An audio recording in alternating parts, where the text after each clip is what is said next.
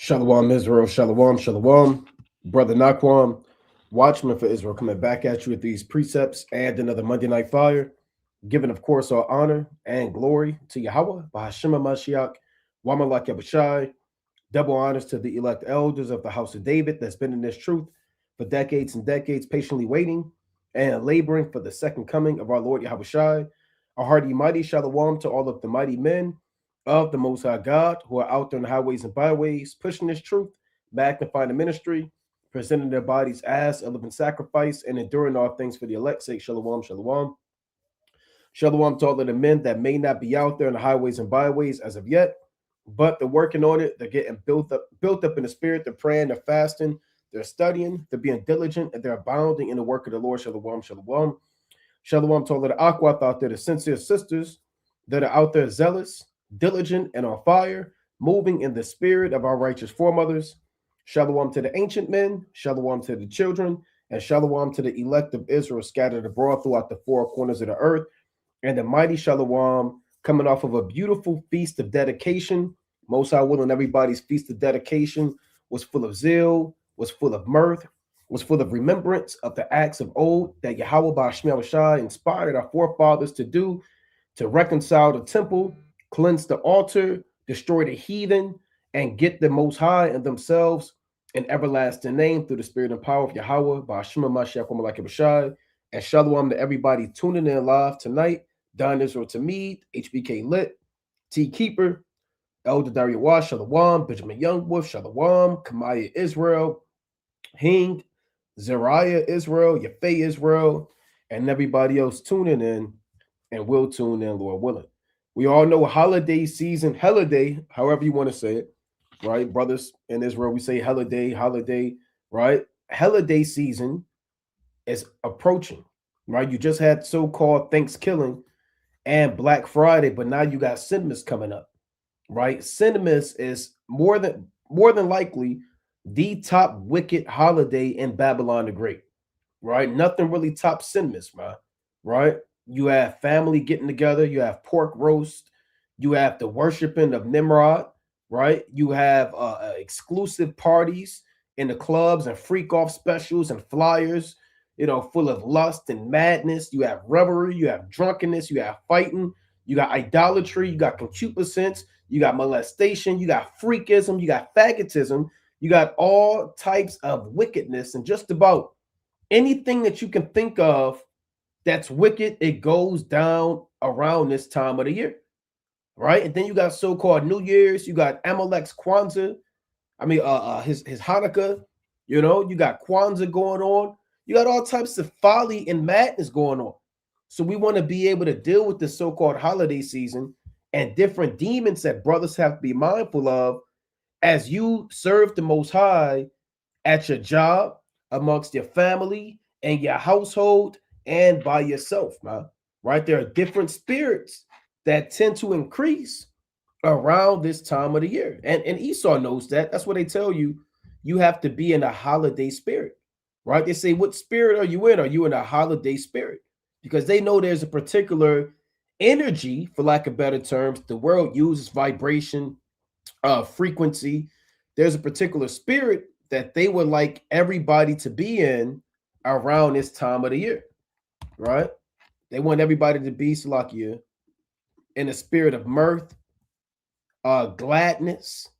And that's what they say, right? Mirth, gladness, giving, and all manner of confusion and folly. But let's go to First Peter, right? Chapter 4. Let's go to First Peter chapter 4:1. So we have to know how to deal with this, because this is spiritual warfare, man. Right, man? I done got about 10 so-called Sinmas gifts at my plantation, man. 10 so-called Sinmas gifts. They're given away liberally, man. Right? So let's go to First Peter 4:1. And your family might try to give you Sinmas gifts, man. Invite you to the Christmas ceremony, ask you to put the star on top of the tree. Right? Let's see what the Lord said. First Peter 4:1. For as much then as the Mashiach hath suffered for us in the flesh, arm yourselves likewise with the same mind. For he that hath suffered in the flesh have ceased from sin. So when you arm yourself, you prepare for battle, right? When you arm yourself, you prepare for war. You heap up weapons. You decide what weapon is best for the battle, and you take that weapon, bro. Let me get this word arm in a Greek. The Lord said you have to arm yourself with the exact same mind as Yahushua. Here's the word haplitzo, right? Haplitzo, and it reads to furnish oneself with a thing as with arms to take on the same mind. To furnish. Here's what you want. To equip with weapons. Middle voice and figuratively, right? You want to equip yourself with weapons. And what spiritual weapons do you need during the season, right? You only need one, which are the precepts, right? The word of the Most High is the ultimate weapon. And then you want to take on the whole armor of the Most High, right? Let's get that in Ephesians, right? Chapter 6. So during this season, you have to arm yourselves, not so much with physical weapons, but with spiritual weapons. Because sin is going to be the downfall of a lot of Israelites, man. You understand? A lot of brothers tend to go missing around this time. They leave group chats. You don't see them on social media anymore. They go silent, and they pop back up after New Year's because they was freaking off, man, in the dark. You know, ironically, so-called, they pop back up January 2nd, but you couldn't find them from so-called Thanksgiving season all the way up until January 1st. They were nowhere to be found, right? So I want to get Ephesians real quick, chapter 6. This is spiritual warfare, man. There are demons on your family members. There are demons on your co-workers. There are demons on your boss. There are demons that may be on your children. Demons through the TV, through the music, through the commercials. Spirits out. You at the grocery store, they playing Christmas music. Jake start nodding their head to it, man. Mariah Carey come on, Jake start freaking off. So these are different spirits. Ephesians chapter 6 and 10. Finally, my brethren, be strong in the Lord and in the power of his might. So when it says be strong in the Lord, that means be confident, right? Be confident in the faith of Yahweh Bashmi Yahushua, right? Be bold in the spirit, right? And have faith that the Most High is going to be with you in these last days, right? Verse 11, put on the whole armor of the Most High, that ye may be able to stand against the wiles of the devil. So the devil deals with the wiles. The word wiles means trickery, right? It means to beguile you, right? It's like your sleight of hand, right? So the devil, Satan, he's going to come at you through different avenues, right? Through gifts, through secrets, through people are going to say they're disappointed in you. You're not the same anymore. You don't come around anymore, right? What happened to you? You've changed. You're not yourself. Some people might go so far as saying you got the devil on you. People with demons on them might say that you got demons on you to try to break you down and make you go off, man. Verse 12. For we wrestle not against flesh and blood, but against principalities, against powers, against the rulers of the darkness of this world, against spiritual wickedness in high places. So you have spiritual wickedness in high places, and you got spiritual wickedness in low places, right? There are different levels of spiritual wickedness. Some of it goes on high. The source of a lot of evil on the earth comes from men that are on high. When I say on high, I'm not talking about your sheriff or your president or your local mayor. On high as in rich elite families, wicked high priests. There are high priests. The so-called white man has wise men, he has priests and a high priest and different men that deal with sacrifices and deal with demons and demonology and deal directly with the spiritual demon Satan. And it gives them ideas and spirits that they can put on the earth through the media, through the television, through teachers in the school system, through artwork, through commercials, through the radio. Those spirits are coming out on every single way. And that's how it goes back to Genesis, the 3rd chapter, when the Most High exiled Adam out of the garden.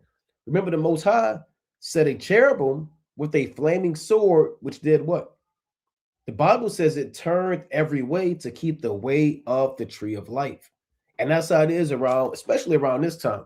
Everywhere you go, right, there's a spirit or something that reminds you of so-called Christmas or New Year's or whatever. The decorations in the stores, right? They'll decorate your job. Let's say you got an office or a cubicle. They'll come in there and they'll decorate it, man. They won't ask you, what do you celebrate? They'll put a big fat Santa Claus. They won't ask, are you religious? Are you a man of the Lord? Your job ain't coming to you saying, are you a man of Yahweh? Bashim Yahushua, man. They'll drop damn Christmas cookies on your desk, man. And do all manner of evil. Wherever you go, you're going to be reminded of these demons. So this is Genesis chapter 3 and verse number 24. So he drove out the man and placed at the east of the Garden of Eden cherubims and a flaming sword, which turned every way to keep the way of the tree of life. Right? So there are spirits. The spiritual demon Satan has been commissioned by Yahweh, by Hashem Yahushua himself, to come down and work on the minds of individuals so they do not have access to the tree of life. Right? And his main vessel that he uses is the so-called white man. Right? That's why we say Esau.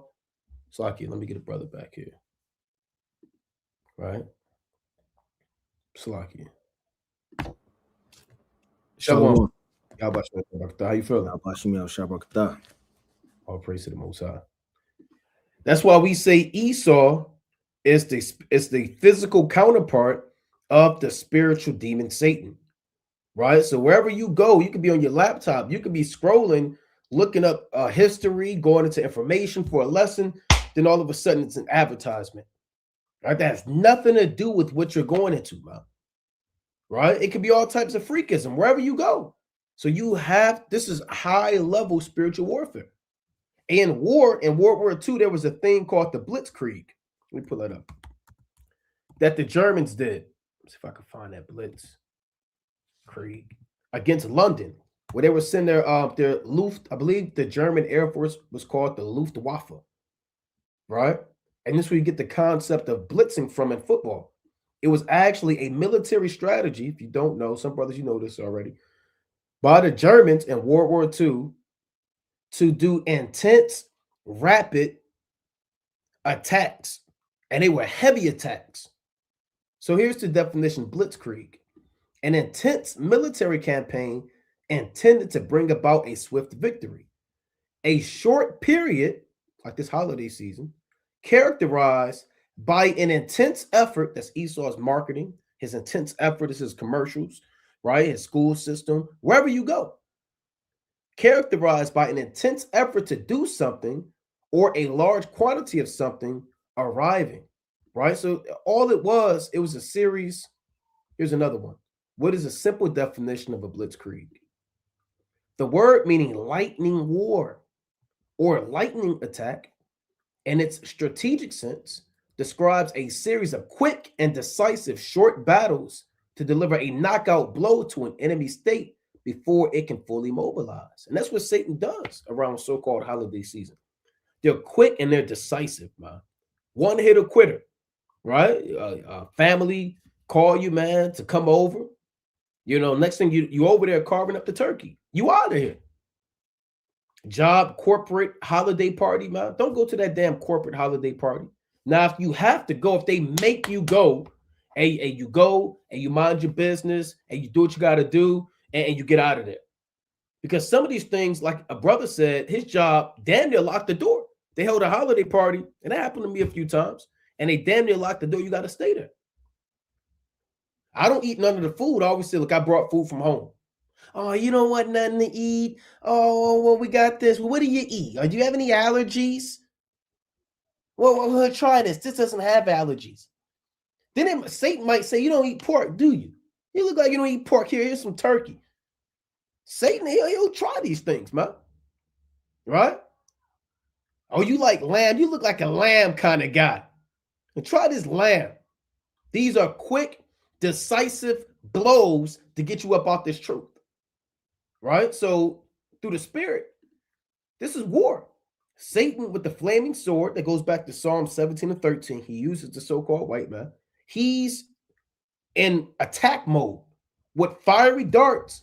And the first precept we went into is that in 1 Peter 4 and 1, it says, for as much then as the Mashiach hath suffered for us in the flesh, arm yourselves likewise with the same mind, for he that hath suffered in the flesh hath ceased from sin. So the same way Yahushua ceased from sin, he doesn't sin because he died and he rose again and he lived a life of perfection. We have to cease from sin. And we have to arm ourselves with spiritual warfare, or to know rather that this is spiritual warfare. I'm gonna read two more. You got it, King. 1 Peter 4 and 2. That he no longer should live the rest of his time in the flesh to the lust of men, but to the will of God. For the time past of our life may suffice us to have wrought the will of the Gentiles, when we walked in lasciviousness, lust, excess of wine, revelings, banquetings, and abominable idolatries. So in our past life, when we were dead, when we were Negroes, African Americans, Christians, whatever you were, you used to walk in these spirits, lust and drinking, and not, or excess drinking, where you get drunk, you don't know where you are or how you got there, fights, banqueting, which are a banquet is a wine festival, right? Essentially, when you have people all out the spirit and you go there and y'all get drunk together and y'all might watch the football game, right? And abominable idolatries, right? But you got it, King. Khan Amos backstage too, through the spirit.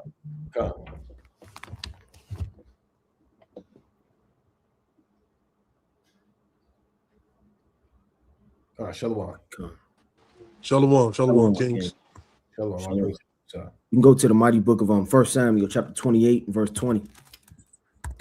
Right, 1 Samuel chapter 28 and verse number 20. Right, seduction is going to be at an all-time high, right? And you have to perceive that through the spirit. It says, then Saul fell straightway all along on that earth and was so afraid because of the words of Samuel. And there was no strength in him, for he had eaten no bread all day nor all night. You may not have gotten a situation where you haven't eaten all day and here comes Satan to tempt you, man. You got turkey, steak, mashed potatoes, macaroni and cheese, greens, right? Cornbread. You may have a whole spread laid out, right? It says, and the woman came unto Saul and saw that he was sore troubled and said unto him, behold, thy handmaid have obeyed thy voice, and have put my life in my hand, and I have hearkened unto thy words, which thou speakest unto me. Now, therefore, I pray thee, hearken thou unto the voice of thy handmaid, and let me set a morsel, right, of bread before thee. This is the same evil spirit, right, that attacked the prophet, the man of God, in 1 Kings, the 13th chapter. The Lord told him to go straightway on. Don't turn in, right, on your right hand or to your left. What did he do? He went to go eat bread, man. See, seduction could get you to eat food too. It could be your grandmother, right? It could be your mother, right? I mean, for people that don't have a family in the truth, they're always trying to seduce you, man. They'll send you a precept with no understanding, trying to manipulate your heart. But that's how evil Satan could do. He manipulates the words of God to try to overthrow the simple.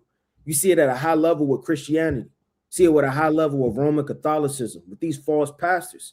They put in their spirit in a precept and manipulating it and mixing the wines. It says, and let me set a morsel of bread before thee and eat, that thou mayest have strength when thou goest on thy way. She decked it all up. Look, you need strength. You're weary, you're sorrowful. Making it in such a way and presenting it to him where there's no way he shouldn't eat this bread. There's no way he shouldn't eat this morsel of meat, man. And they'll decorate it and they'll give it to you and they'll wrap it in such a way well, it would deceive you, and you'll end up eating and being partakers of it. But he refused. So first and foremost, he said no, and said, I will not eat. But his servant, together with the woman, compelled him. These are spirits, man. This is peer pressure. So you already said no. Well, you know, yeah, it's only Christmas once a year. You know what? This present is just for you. You know what? They may cut the light on. You walk through the door and everybody say, hey, and they put a spirit on the whole room. Everybody say, hey, right? Then you kind of looking, all this for me, feeling important, right? And let me show you the spread. I know you're not going to eat anything, but let me just show you what we got. Now you on that long line, that table, seeing all of your favorite foods, man. The cakes, the cookies, right? All of these things presented before you. And you say, nah, I'm cool. Right? But then they start to compel you more and more. What's up with you, man? Why are you so quiet? And they start, like it says in Sirach, paraphrasing extremely greatly, by that much jollity that get thee out that secrets, man.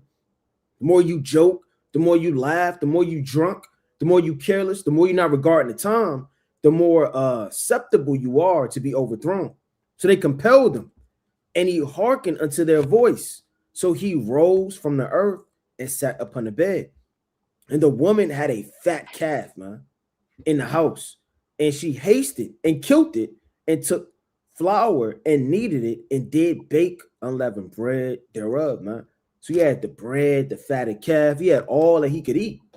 And she brought it before Saul and before his servants, and they did eat. Then they arose and went away that night, man.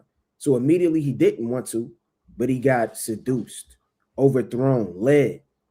But I got one more. Let's get the mighty book of Exodus, chapter 23.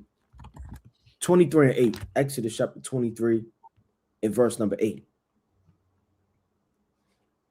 Right? It says, and thou shalt take no gift, for the gift blindeth the wise and perverteth the words of the righteous. So if you're taking gifts, these gifts could be small, they could be great, they could be compliments. It doesn't have to be physically something in the flesh, man.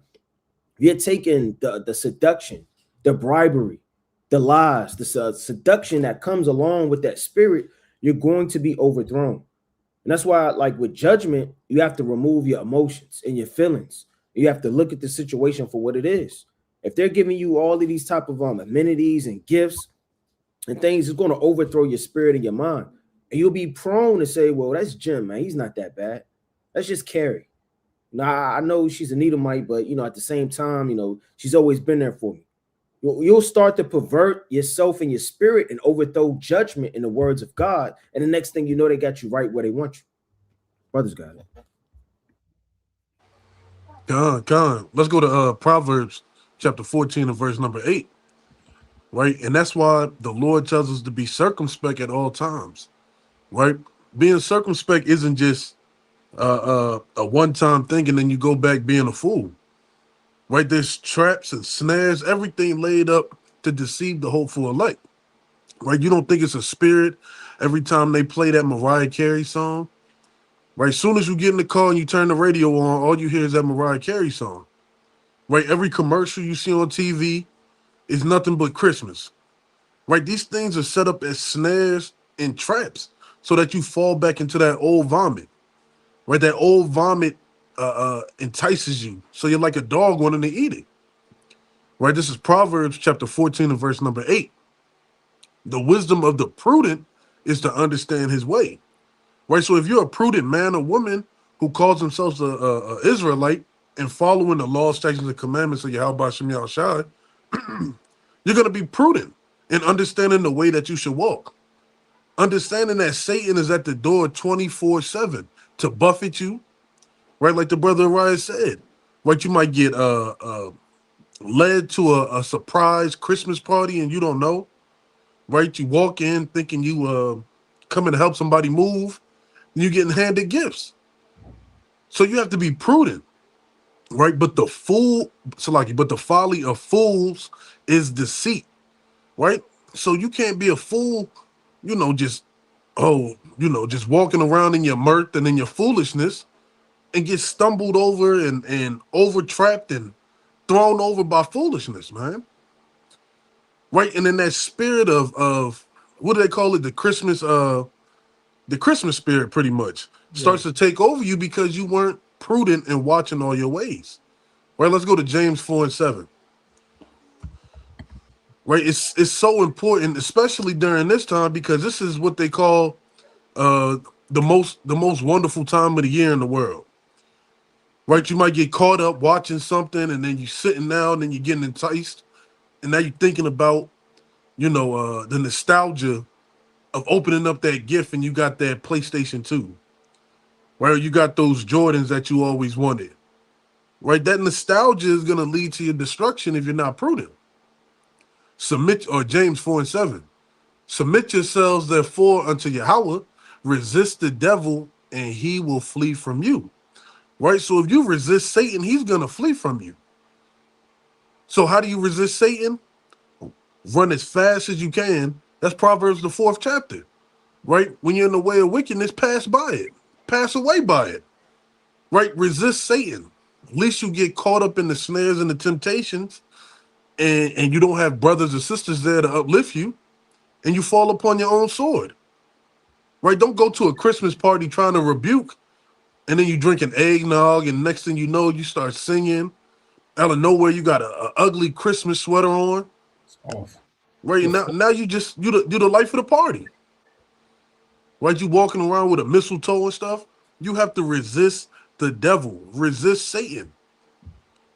And that goes back to having the preeminence over yourself. Right? You have to have the preeminence. Don't let anybody just come in and confound you and beguile you, and you sitting there like boo-boo the fool. Let's go to Sirach 33 and 23, and then Brothers got it. Right? You must keep that preeminence over yourself. Because soon as you let it slip, somebody's looking to overthrow you. And it may not be malicious, or it may not be, what's the word I'm looking for? Intentional. Okay. It may not be intentional, but spirit people in the world don't know when spirits are hopping on them. They don't know when Satan's working to try to get to you. Right? This is Sirach 33 and 22. In all thy works, keep to thyself the preeminence. Leave not a stain in thine honor. So always keep yourself. Can we go to that word preeminence? Right? You have to keep the preeminence of all that you do in this life.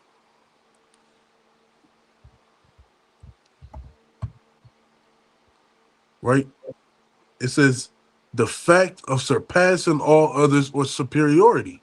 Right? You should be superior in all your actions. You shouldn't let somebody drag you to something you don't want to do. Right? Or beguile you to be doing things you ought not to be doing.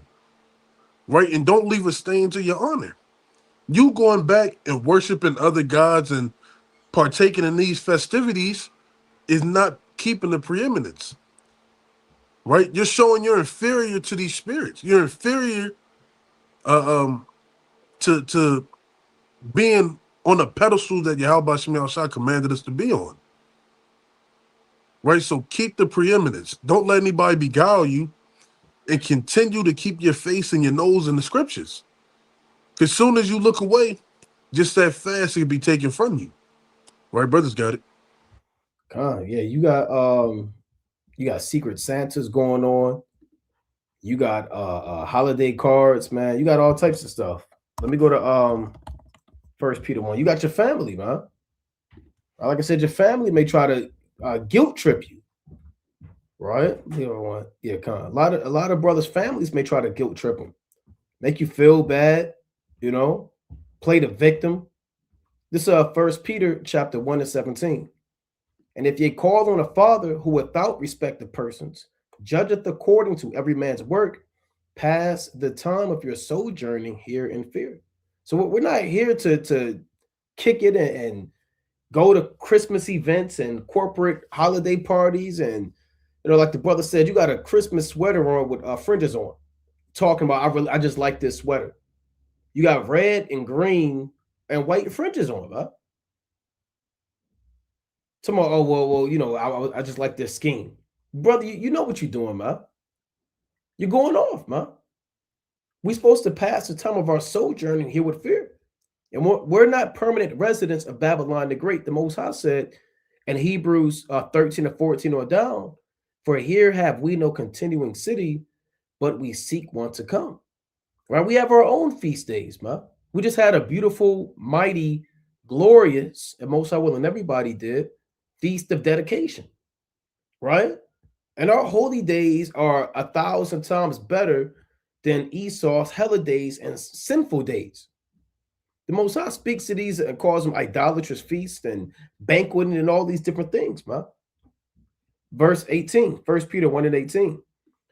For as much as ye know that ye were not redeemed with corruptible things, as silver and gold, from your vain conversation received by tradition from your fathers.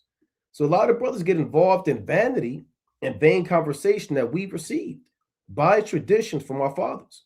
Right? It doesn't mean it could mean your actual blood father, but it could mean your family, that certain traditions that you got and embedded in you.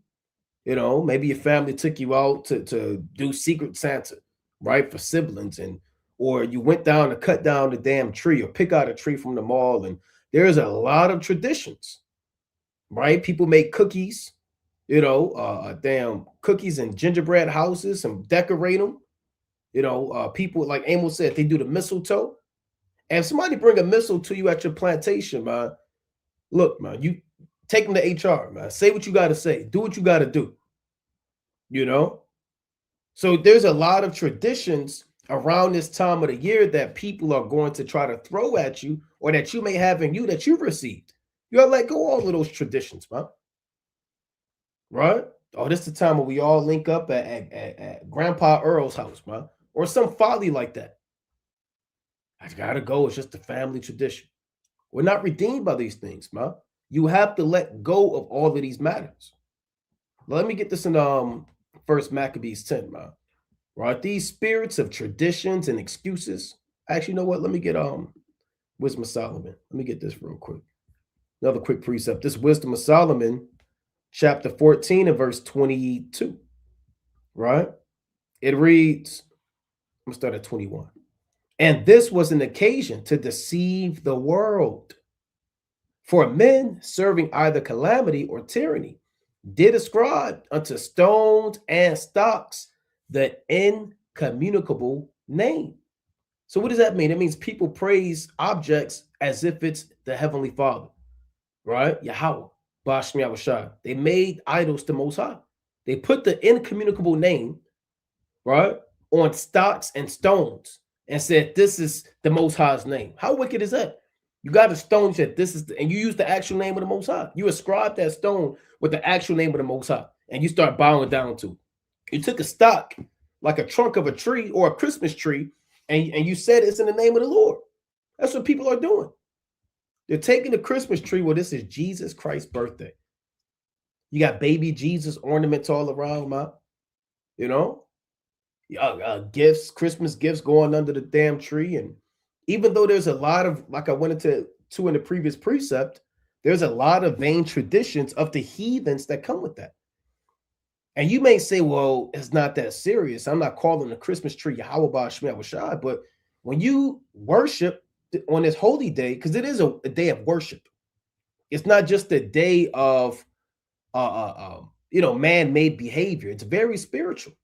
You're involving yourselves in a ritual, a ceremony, and you're ascribing to that tree the incommunicable name.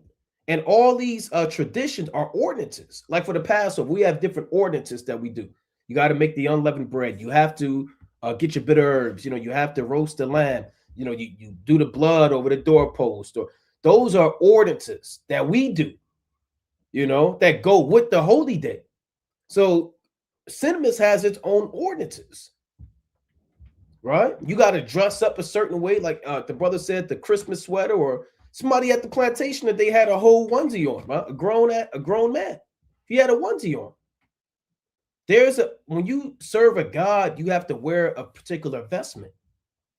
That's what a high priest had his vestment on. We had to change our garments and be clean when we approach before the Most High. When people serve Buddha, you see them monks, they wear their own garment. People serve that rock god in Mecca, they wear their own turban and garment. When you serve a deity, there's a particular vestment that you have to wear. There's particular food that has to be offered. Those are those cookies and the milk, and like Ariah said, the long line with the abominable feast. These are rituals. These are not just ordinary human behavior. Stop looking at things carnally. These are spiritual rituals and traditions that you're involving yourselves in, man.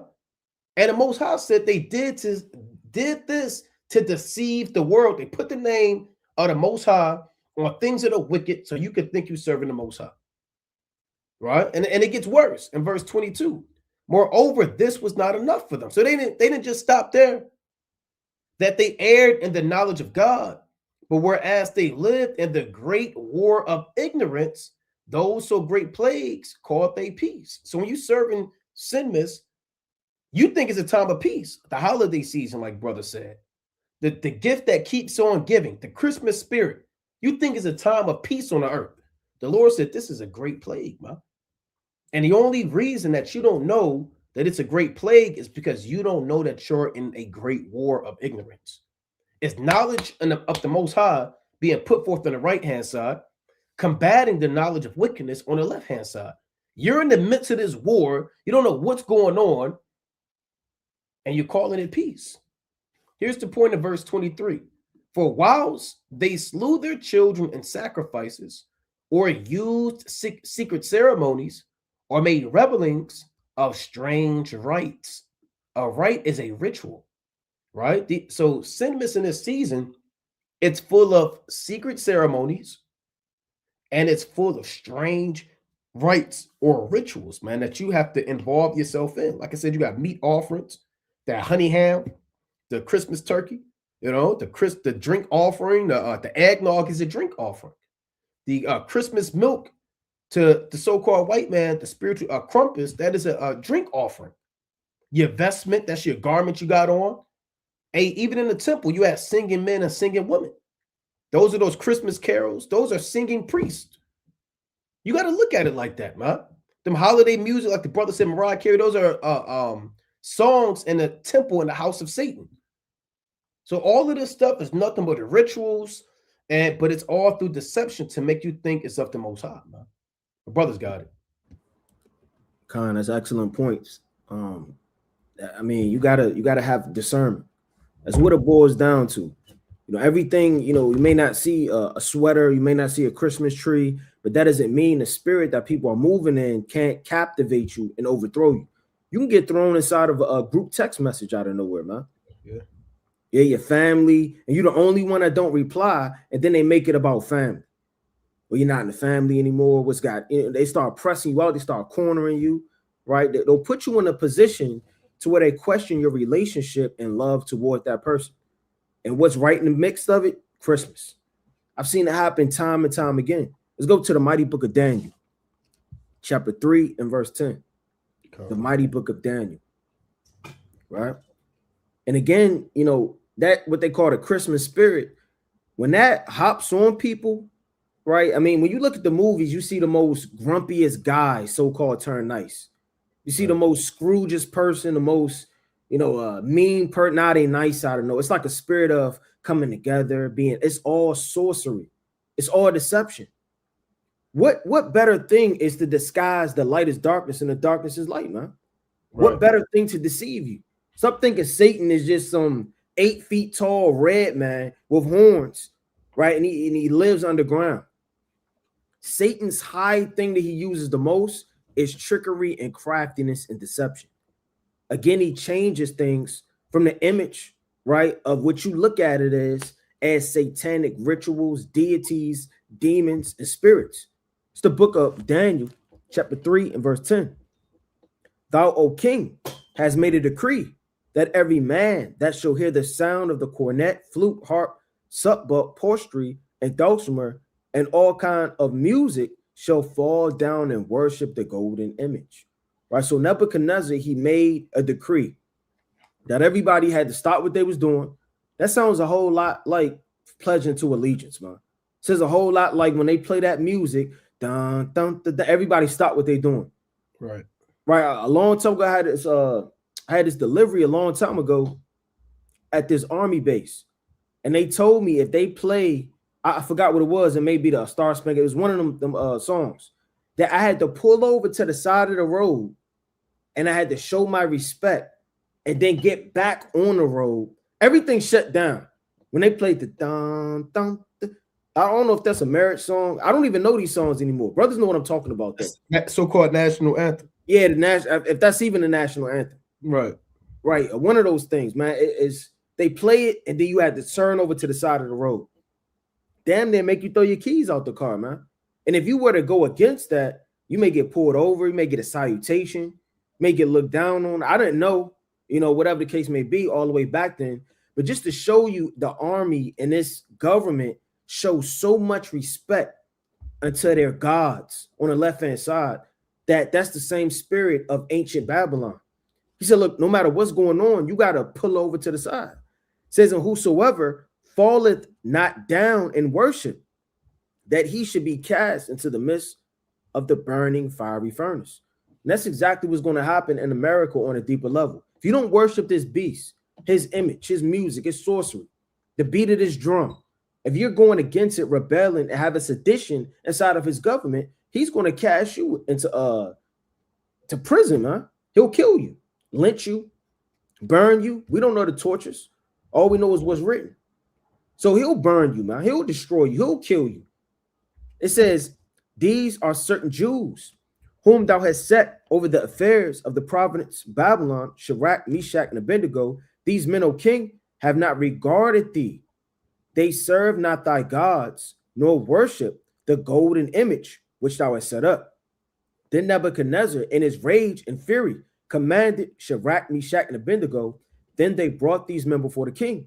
Nebuchadnezzar spake and said unto them, it is true, O Shadrach, Meshach, and Abednego, do not ye serve my gods, nor worship the golden image which I have set up? Right? Now, if ye be ready, that are all at what time you hear the sound of the cornet, flute, harp, subbat, right, psaltery, and dulcimer, and all kind of music, ye fall down and worship the image which I have made. Well, but if you were not, so like if you worship not, ye shall be cast the same hour into the midst of the burning furnace, of who is God which shall deliver you out of my hands. Right, that's the point. Shadrach, Meshach, and Abednego answered and said to the king, O Nebuchadnezzar, we are not careful to answer thee in this matter. Meaning that didn't shake me. That's not something I'm thinking about. It's not something I'm meditating on. That's not something I got to get counsel on, man. We're not careful to answer thee in this matter. Being careful is, okay, well, let me tread lightly.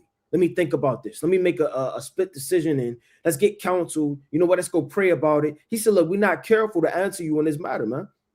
If you want to throw us in the fire, throw us in the fire. That's the spirit they had, because they understood that image just wasn't porcelain or gold or ivory or silver or whatever thing you see. It's spirits behind that. Again, if you're bowing down to anything, it could be a mortal woman. You bowing down to an image, you bowing and pledging allegiance to this United States of America. Whatever you're doing is deeper than the physical genetic makeup of what you're looking at, man. It's spirits behind something, man. You see rock music, it's a spirit in rock music, right? You see folk music, it's a spirit in folk music. You see R&B and certain lustful songs, it's a spirit behind that. Everything has a spirit. It's a spirit in colors. The time of the day is spiritual. Everything is spiritual. And they perceive that through the spirit. They say, you know what? We'll rather get burned than to bow down to worship other gods and images, man. So for brothers that, are feeling careful, uncareful in the matter, rather than they don't really know what to do, you got to really weigh this thing in the balance. Right, let me get one more through the spirit. The book of Sirach, right? Chapter 18. Right, and I started, let's see what I want. 27.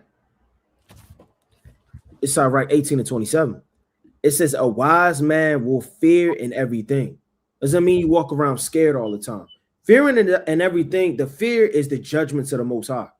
So you have to weigh things in a balance. Should I really go here? Should I really talk to my cousin that I haven't talked to in a while? We used to rob and steal together. Should I really even go, outside at 1 o'clock in the morning. I am hungry, but is it worth it? You have to fear what could happen, the judgments that could take place in the situations you could be in. It says, and in the day of sinning, he will beware of his offense, but a fool will not observe time. A fool's going to get lost of track. Here you are at the Christmas thing. You're just supposed to come in and show face, but you're in there, right? You're Mazel Tov, you're in that little circle, Amalek, y'all dancing together, right? You're up on the high chair. They got you lifted up on the high chair, man. You're sitting up there dancing. You in mirth, man. You're getting drunk. You're going off, man. You're not observing the time. Observing the time is extremely important, man. It's not talking about looking at the stars and the moon. Observing the time is, you know what? I've been here too long. You know what? It only takes 2 seconds to get in and get out. You have the conversation with the wrong person, right? And that could put a spirit on you, man. They could even entice you in a matter. Check this out, man. Just click that link. First you were trying to talk about the truth. Then the truth led into, yeah, but I'm into this. I mean, talk about, but just check. Do me a favor. I click your link, you click my link. Right? You get to talk. Now you're clicking his link. You're not observing the time. Now it's 50 minutes in this video. Brothers got it.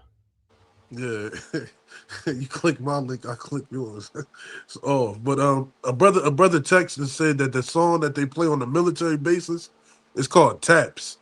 Oh. So it's like, I believe it's like I believe it's something like that. Yeah. I could be incorrect.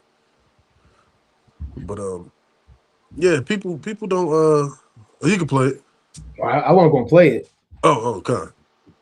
Yeah, it's definitely with the trumpet. It's the dum dum dum dum dum dum dum. Yeah, and that's total brainwashing, right? Like the brother went into. You hear the sound of the sackbut and the harps. You stop what you're doing and you praise these other gods, right? That's ridiculous, and that's a piss poor example of what you're supposed to set for your children, right? Let's go to Proverbs 22:6, and then we'll go to Sirach 30:11, right?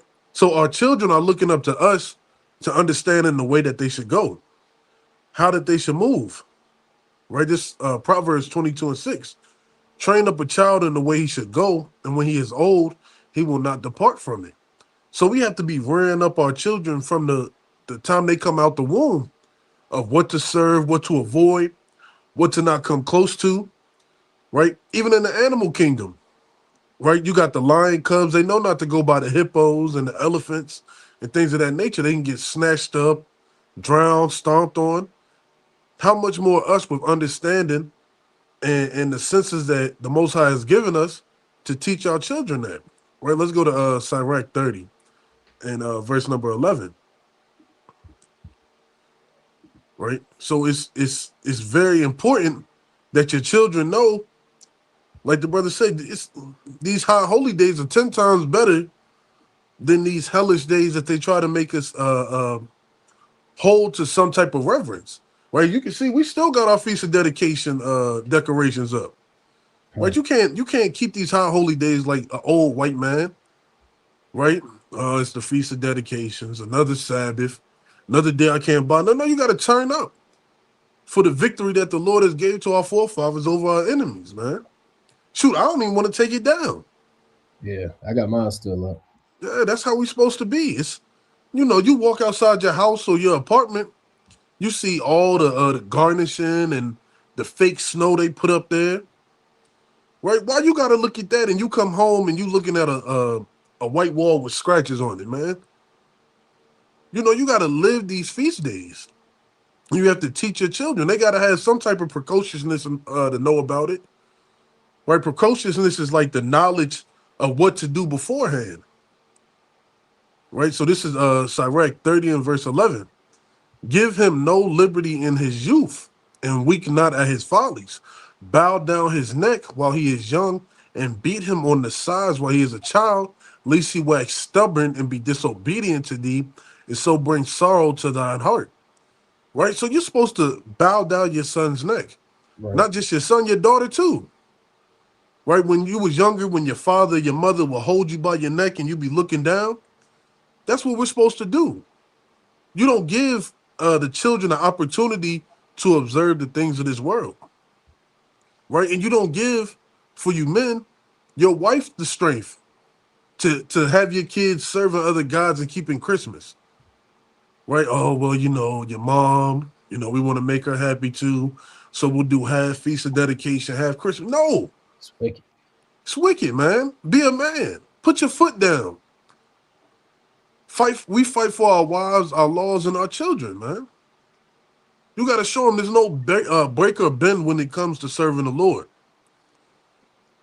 There's no ifs, ands, or buts. It's either you do this and live, do the opposite, and you die. Right? And it says, bow down his neck while he is young and beat him on the sides while he is a child, lest he wax stubborn and be disobedient to thee. Right? So when you see a small inclination of folly, as a man, you got to correct it. Don't wink at it. Well, oh, he's just a kid. Right? You come home and your son is in heels and your wife taking pictures. You're not going to be like, oh, he's just a little boy. No, you have to correct that. So when you see things like you go to school and you pick up your child at school, he got a bag full of holiday hearts for Valentine's Day or Christmas cookies. Right? You snatch that out of his hand and throw it away. And don't wink at his folly. At least when he get old, he fall to women, he fall to alcohol, he fall to whatever it may be. That's a stumbling block for him. Well, I got one more and I'm going to pass it. Let's go to 1 Kings chapter 11 and verse number 1. Right? Even the wisest man on earth couldn't escape the temptation. Right? He even got caught up because he loved his wives. He said, I want my wives to be happy. Let me make them temples to their gods. Right? That's why you should teach your son or your daughter to prove a friend first, but find somebody who's after their own mind, whose heart is after the Most High's heart. Right? This is 1 Kings 11 and 1. But King Solomon loved many strange women together with the daughter of Pharaoh, women of the Moabites, Ammonites, Edomites, Zidonians, and Hittites, of the nations concerning which the Lord said unto the children of Israel, you shall not go into them, neither shall they come unto you, for surely they will turn away your heart after their gods. Solomon clave unto those in love. So the Lord didn't give this commandment like it's a I'm just telling you to do it. No, he's commanding us to do that because Israel is like a simple sheep, right? Simple sheep get lost. They go grazing on all these different hills and they don't know any way to get back home. Right? They hop to the next valley and to the next valley, eating on all these different grasses, thinking that it's nourishing their bellies and all these other things, but really it's breaking them down. That's Israel. Right? I'm gonna jump down to verse number 4. It says, for it came to pass when Solomon was old, right? Yeah, Solomon waxed old, but you could be negligent. Your mind could be in other places, right? That his wives turned away his heart after other gods, and his heart was not perfect with the Lord his God, as was the heart of David his father. Right? So Solomon was old, but we deal with going to work, paying bills, traffic. Shoot, it's 1,000 different things that could cross your mind to make you be negligent of the law, statutes, and commandments, not purposefully. And then your heart could be turned away under serving other gods. Right? I was in the car or in the truck, and then Boyz II Men and Brian McKnight came on to Let It Snow. And, that's a good song. You get yourself bopping your head, then you snap out of it like, hold on. All these things can happen to turn your heart from serving the Lord. That's why you have to be circumspect. Verse number 5. For Solomon went after Ashtaroth, the goddess of the Zidonians, and after Milcom, the abominations of the Ammonites, and Solomon did evil in the sight of the Lord, and went not fully after the Lord, as did David his father. Right? So that one time you're not paying attention, or that one time you're not correcting something that you're doing, your heart is going to start doing evil on the side of the Lord, because you're going to start winking at the things that you do. Like, oh, well, the Lord didn't judge me on that. Well, maybe I can sneak off and do this. Right? It's a song. I'm not going to say what it was. It says, why did the camels back? Well, how does it go? It says, want to know why the one straw broke the camel's back? It's the 100 million other ones on top of it or underneath it. So it takes one time for you to bat your eye at the folly or give your strength under somebody else before everything that you built your foundation on crumbles. Right, but brothers got it. That's right. That's right. I want to add to that. I want to go to the letter of Jeremiah. I want to read verse number. I'm read 1 on down. Right now, this was what Jeremiah wrote to the Jews that were carried away captive to Babylon, because the Most High put it on Jeremiah's spirit to essentially warn them about the different demons that they were going to deal with, man. Different idols that they were going to see, what not to be enticed by. Don't be dismayed at this. He kind of gave them a heads up, put them on game about what type of wickedness they were going to encounter as they were carried away captive. Right? This is Jeremiah, or a letter of Jeremiah, chapter 1 and 1. You might have it as Baruch, the 6th chapter. Right? It reads, a copy of the epistle which Jeremiah sent unto them which were to be led captives into Babylon by the king of the Babylonians, to certify them as it was commanded him of God. So he had to put them, put them on game about the things that they were going to see, hear, and deal with when they got sent to captivity. Because of the sins which ye committed before the Most High, ye shall be led away captives unto Babylon by Nebuchadnezzar, king of the Babylonians. Now when ye be come unto Babylon, ye shall remain there many years, and a long season, namely 7 generations, and after that I will bring you away peaceably from thence. So they had 70 years.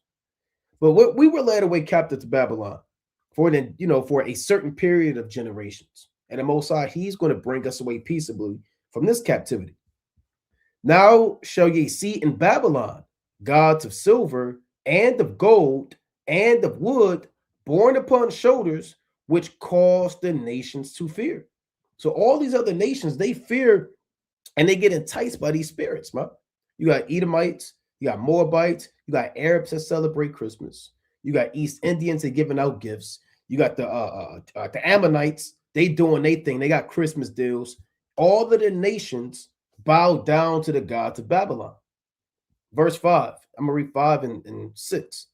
Beware, therefore, that ye be that ye in no wise be like to strangers, neither be ye afraid of them when ye see the multitude before them and behind them worshiping them, because everybody's going to be doing this wickedness this time of the year. We were talking about the New Year's. There's going to be at least maybe 5 million. I don't know how many people go to Times Square. It has to be millions of people that flood. People come from other parts of the earth to be there for God knows how long to watch that ball drop. Whatever, I don't know what's in that ball, but people come to watch that shiny ball drop because it, in my understanding or my opinion, it reminds them of like the sun or the moon. You know, these nations like bright things in the sky and the heavens. It reminds them of the heavens, man. Because all these other nations, all their religions go back to the worship of either the sun or the moon or the stars. You know, let me see this real quick. So like, how many people go to New York City for the ball drop? Let's see. They say 1 million, right? I'm led to believe it's more than that. That's Times Square, you know, but throughout that area, it has to be millions. Around 1 million people typically pack Times Square in person for a New York City New Year's Eve ball drop. Though some crowd experts suggest the realistic number is lower, closer to 120,000, right? But you see all these people, they go there to watch a shiny thing that looks like the sun or the moon just fall out the sky. I mean, that's all it is, man. You know, it be sodomites there, man. Men kissing men. People be and people do nasty things on New Year's. There's a lot of fornication on New Year's.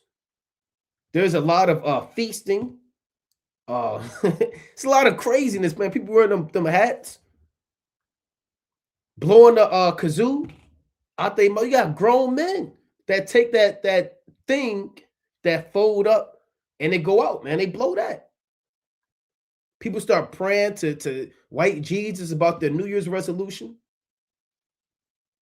This is probably along, like we're going into Christmas. This is part of their spirit too, man.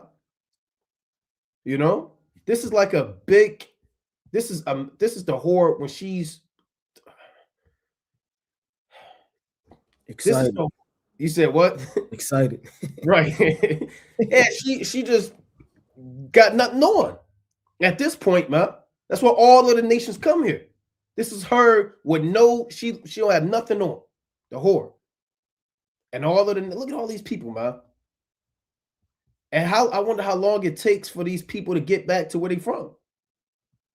You know, so let me go back to this, man. And letter Jeremiah 5. Beware, therefore, that ye in no wise be like to strangers.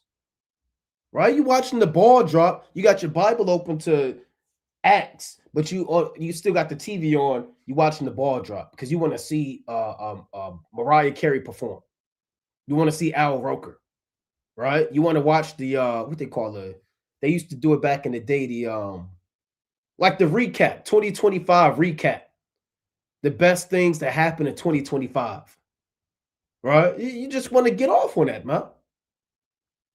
Neither be ye afraid of them when ye see the multitude before them and behind them worshiping them. So don't get caught up because everybody else is doing it. Hold it down. But say ye in your heart, O Yahweh, we must worship thee. That's what you got to say in your mind. You see all these people doing their thing, man. Your neighborhood asks, your neighbor asks, can you help me set up my Christmas lights? No, man. I'm busy. I got things I have to do. Right? Your coworker, can you kind of just help me put the star on top of the tree? And it's the ladder. You're kind of tall. You look like a tall man. You're a tall black man. Right? Then you get up there and you put the star on top. Then they write something down. Right? They start taking notes, man. Get their phone and send a text. We got them. So that's the spirit you got to be in. I got one more quick precept, right, to add to our holy days. Right? This is a quick one. This not Ecclesiastes. I want First Maccabees, Salakia. Quick precept. Right? That ball drop, man. Don't be making no New Year's resolutions. Right? No New Year's resolutions. This First Maccabees 10 and 34. It reads, furthermore, I will that all the feasts and Sabbaths and new moons and solemn days and the 3 days before the feast and the 3 days after the feast shall be all days of immunity and freedom for all the Jews in my realm. Also, no man shall have authority to meddle with them or to molest them or molest any of them in any matter. So it was a tradition amongst the Jews. One of our traditions was 3 days before the feast. We was prepping, getting stuff done, traveling, getting stuff ready. And he knew that. The heathen king knew that. So he said, I'm going to try to get that back to him. I'm going to give it back. We had 3 days before the feast. Then you had the feast day that might have lasted 7 days. Then you had 3 days after the feast to travel, because we keep the Feast of Dedication, but then we got to get ready for work, man, in like 2 days. You don't really have time to kind of unwind and get stuff together, and you got to get right back to it. So in the ancient world, we have 3 days after the feast. You ain't charged no Israelite with any business, and we ain't have no heathen molesting us with doctrines and philosophies or physically, and they have no authority to meddle with us. So this sounds a lot more mighty than watching a big shiny thing fall out the damn firmament, man. That has nothing to do with anything, right? But brothers got it. That's right. Let's go to the mighty book of Wisdom of Solomon, chapter 13 and verse 10. Right, Wisdom of Solomon 13 and verse number 10. All right. And they make it easy to sin. They give you the day off. You know, they even pay you sometimes for brothers that got paid leave. They pay you to leave. They set it up in such a way where it's just like they're just pushing you right on in that door, man. It's the book of Wisdom of Solomon 13 and verse 10.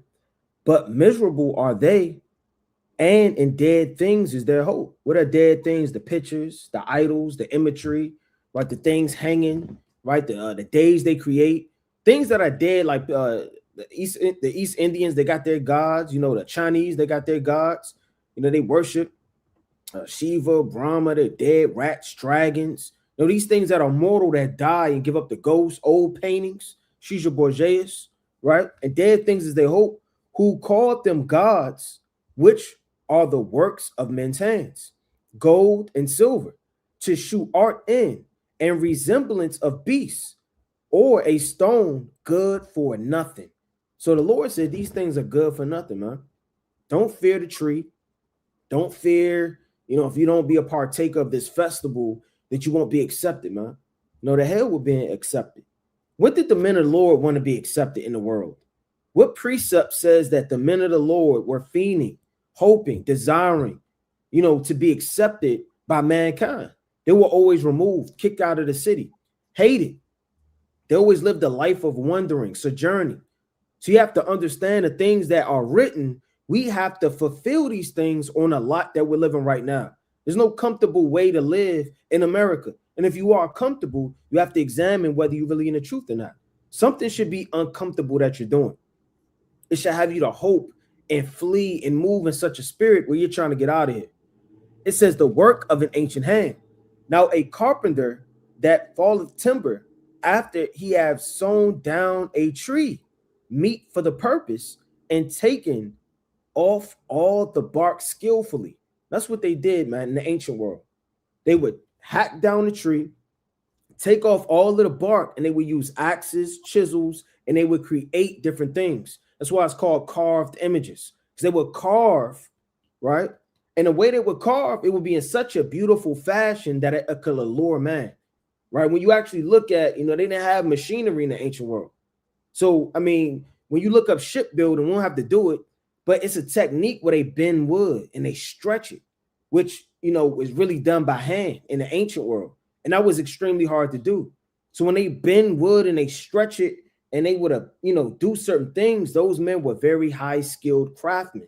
The same way on the left-hand side, you got very, very high skilled craftsmanship by sorcery. I mean, sorcery is all-time high. You got these different things that are set up and you look at it like, damn, that's beautiful. I can't believe that Project Bluebeam, these movie theaters with 3D glasses and Santa Claus popping out at you and you're curious, you want to click play. All of these different things is nothing but the carved images of sorcery thousands of years ago.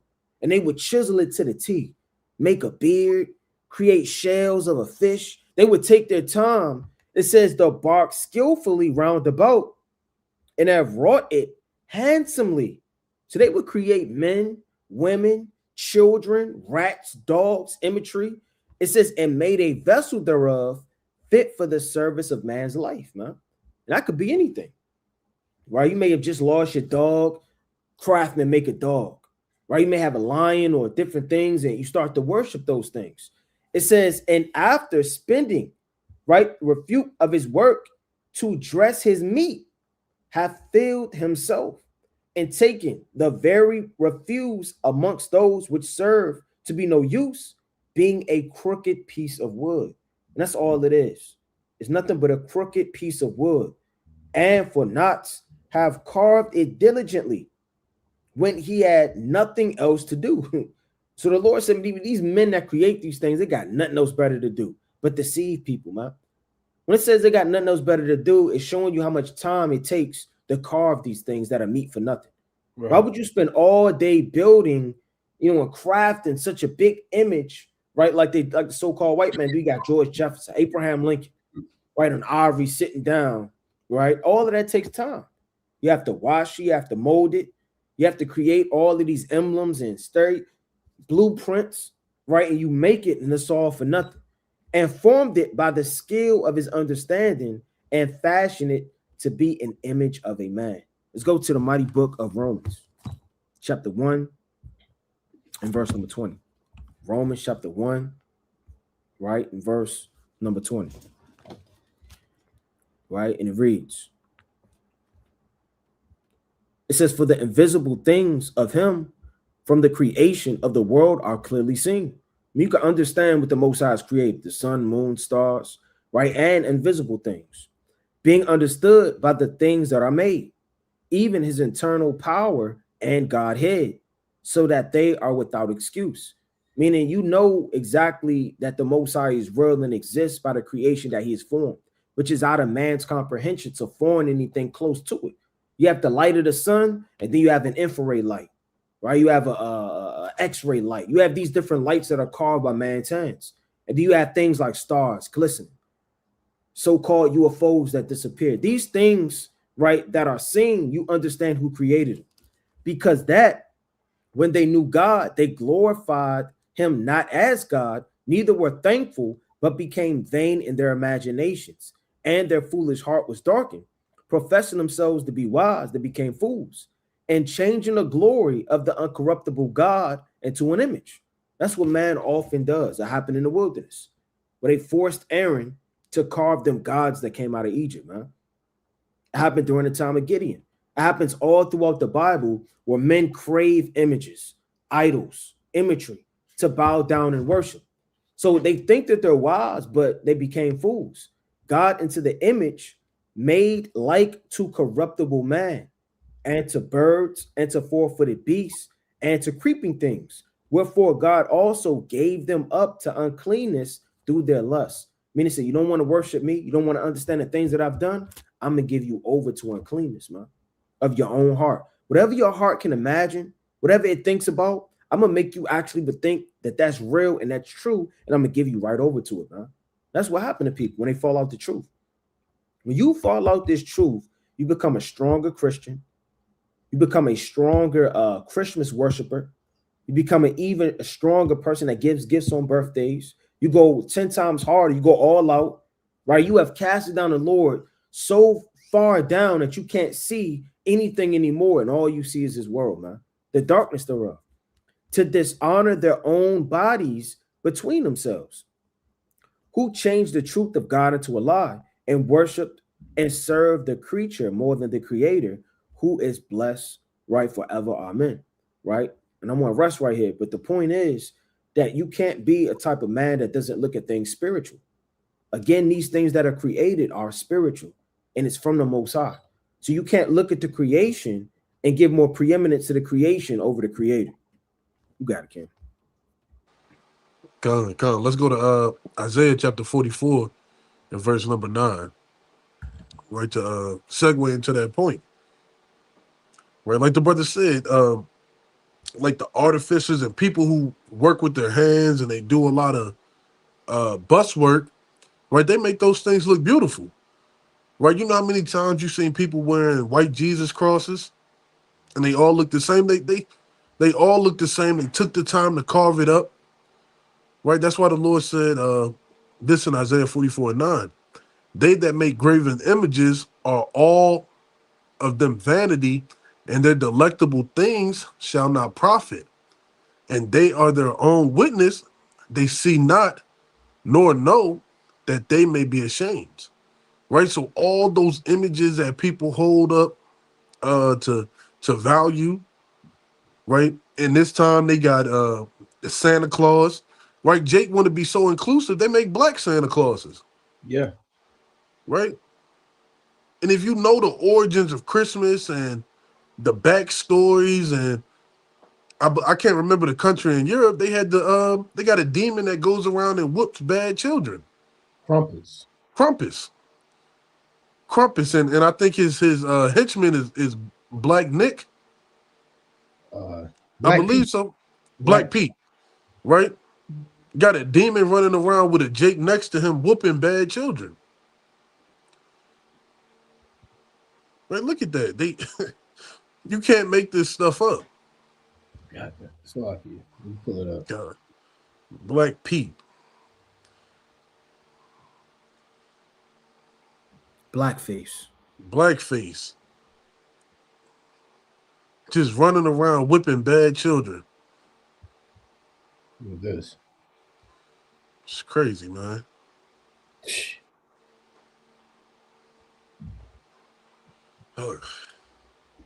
Right, and those are the delectable things. Right, the delectable things are the things that they find pleasure in. Right, the things that they hold value to. Right, people go broke in these holiday seasons. Right, charge it to the card. Where I get paid on the 21st, the 25th, I should be able to get this, so on and so forth, just to see little Johnny happy. But your light's about to get cut off. Damn. Your water not working. Right, your car been knocking for the past month, but you got to make sure the children have. Right, those are delectable things. They have no profit. Right, you're spoiling your children with sin and vanity. Right, verse number 10, this goes back with what Uriah said. Who have formed a god or molten image that is profitable for nothing? Right, you forming all these molten images, right, just to make your child happy, just to make you have that good, warm feeling inside. It profits nothing. It literally puts you one step closer into the grave. It literally, you know how many people off themselves in this time of year? Right, this is nothing joyful about this time of year. Right, it's all a facade. And that's what Esau does. They do it with their witchcraft. Right, they make the music jingle. They, like those bells. When you hear bells, it does something to your system. Right, like a harp is supposed to be calming. Bells and flutes are supposed to be calming. Right, these things are done not by occasional or coincidence. This is an orchestrated act to keep you in sin. Right, verse number 11. Behold, all his fellows shall be ashamed, and the workmen, they are of men. Let them be gathered together, let them stand up, yet they shall fear, and they shall be ashamed together.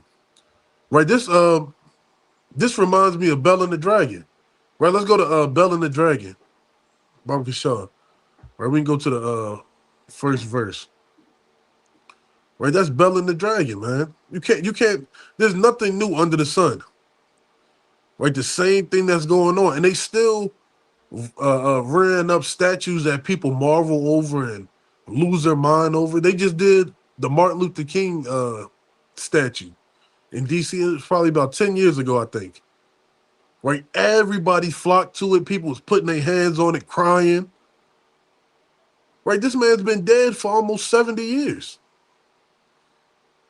And they're treating him like a god. Right, this is Bell and the Dragon, the first verse. The king Asatius was gathered to his fathers, and Cyrus of Persia received his kingdom. And Daniel conversed with the king and was honored above all his friends. Now the Babylonians had an idol called Bel, and there were spent upon him every 12 days great measures of fine flour, and 40 sheep, and 6 vessels of wine. And the king worshipped it and went to adore it. But Daniel worshipped his own God, and the king said unto him, why doest thou not worship Bel? Right, that's like at work. Right, you at work, everybody's in the so-called Christmas spirit, and everybody looking at you like, what the hell is wrong with you? Why you not over here eating of this cookie or at this Christmas party? Right, that's the same thing that happens now. Right, everybody gathers by the Christmas tree. Right, the boss hands out gifts and here, you did a good job this year. Take this bonus of $20. Right, and everybody is so thankful and happy.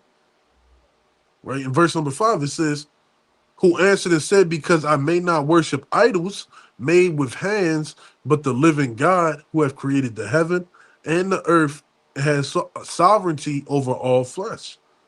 Right, and no so-called white man is going to say that. No white man's going to say, I'm not bowing down to your image. I serve the God of heaven and earth who has dominion over everything, over all flesh. But this is what the people do. They try to be crafty, right? They're crafty. They try to engineer certain devices. Let's jump down to verse number 14, I believe. Yeah, 14. So, well, I'll start at 13. And this is like what the people of this world do for their children. They lay out the cookies. Right, it's time to go to bed, little Jimmy. They go to sleep and they go eat up the cookies and drink the milk like some fat white man came into your house and left some gifts. Right, deceiving your children to trust your oppressor. Right, have you thinking that a white man is going to be nice to you. Right, this is verse number 13. And they little regarded it, for under the table they had made a privy entrance whereby they entered in continually and consumed those things. So the nations will go above and beyond to continue in the lie, so that a falsehood and a lie and a wicked deity can continue to be worshipped. Right? Even with white Jesus in his last days. Right? It's been proven time after time after time. Take that off. Salaki. That the Messiah doesn't look like that. But they continue to push it. They continue to push movies out, continue to make our children go and sit in their little church services and watch their movies. Right? They continue to push that. On a side note, they got a white movie with David coming out.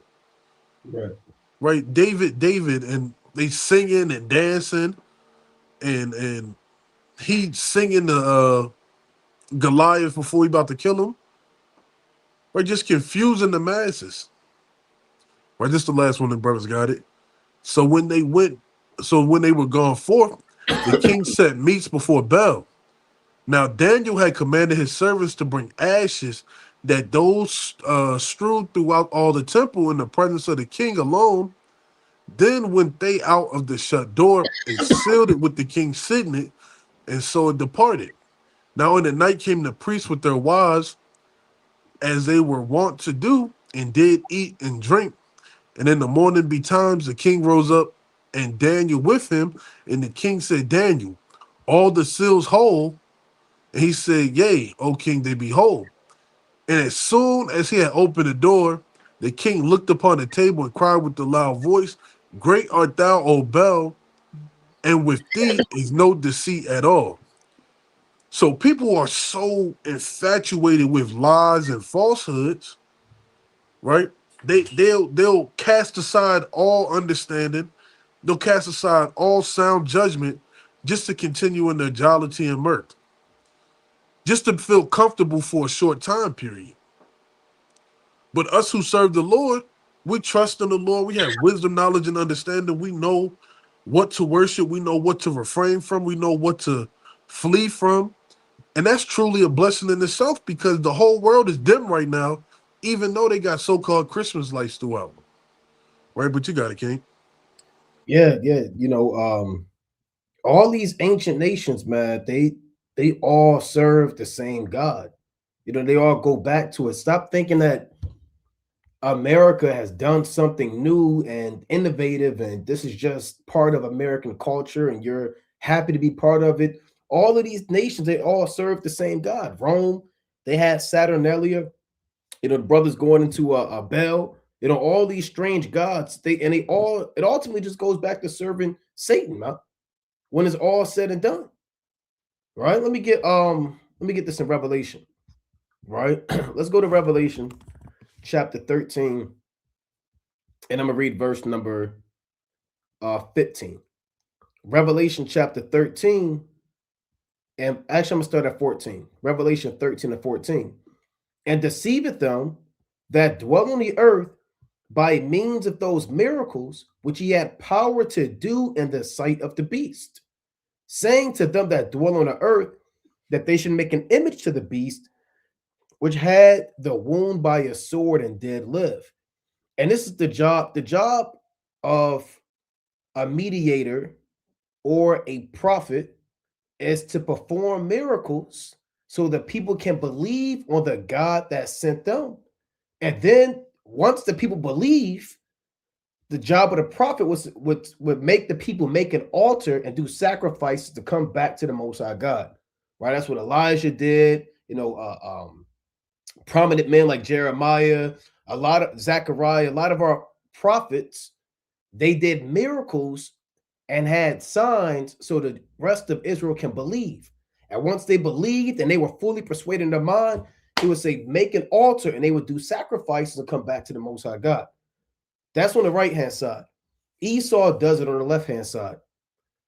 In order to get you to serve Satan, he has to make you believe that Satan or God is working with him. So he'll do miracles, right? He'll do different things, and it'll make you think that the Heavenly Father sent him, through his technology, right? Through his sorcery, through his media, through his inventions, through all these different things that people get, his medicine, he found a cure for this or a cure for that, and he found this hidden book of wisdom and knowledge. You might think that these things are making him move in the image of God.